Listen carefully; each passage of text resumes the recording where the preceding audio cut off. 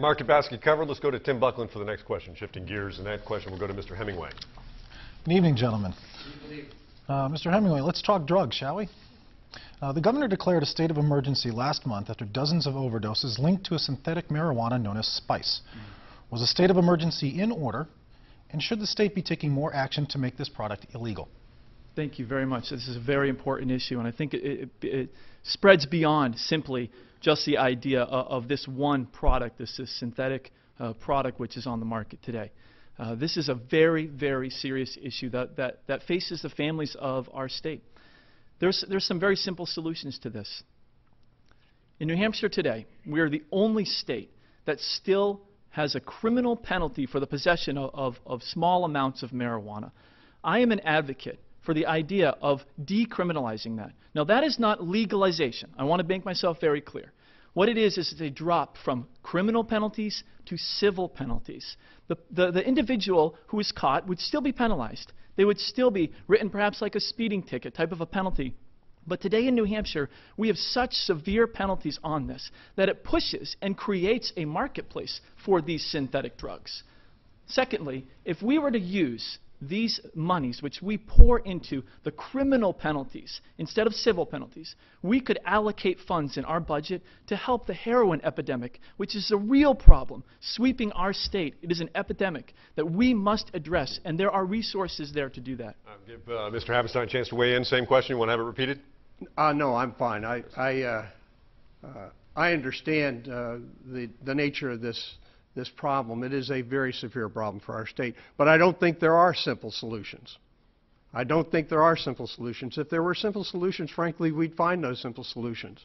And it's not merely a matter of decriminalizing marijuana. It's a matter of understanding what's causing these young people, and not so young people, frankly, to become addicted to these drugs.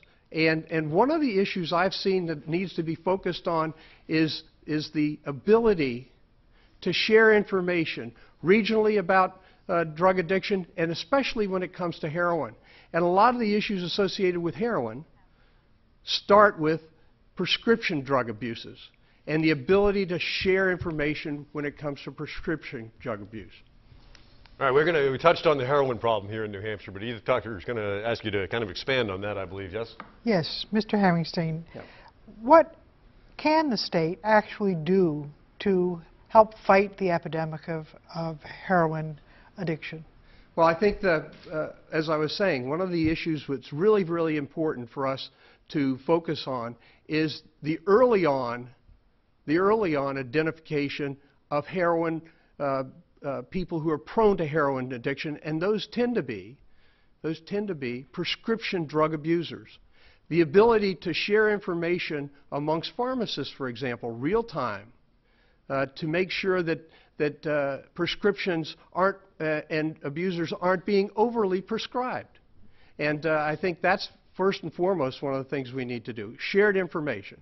The other thing is from a regional point of view, we need to take a much more broad regional perspective of this problem, because not all of these drugs are coming straight into New Hampshire. They're coming from surrounding states. So it's very, very important that we have a cooperative regional approach to this problem.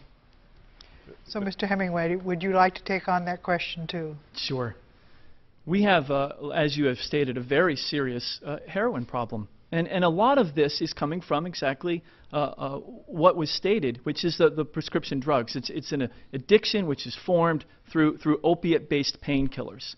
The challenge, though, the problem that we have, is that we have criminalized and we have outlawed and created a black market that exists in our state. And if we were to look regionally, as Walt has said, all the other states in New England would say, decriminalize marijuana. You wouldn't have the problems as much as you do. Maine is decriminalized. Massachusetts decriminalized. Vermont decriminalized. There's a reason these states did this. Maine did it back in 1970, and they are not facing the problems that New Hampshire is facing at the level that they are today. And so one of the ways to do this is to eliminate that black market. You start to do that by decriminalizing marijuana. That is not legalizing. That is decriminalizing. Still a penalty, but has to be done in order to allocate funds to help the heroin problem. This is something that Maggie Hassan has failed to do.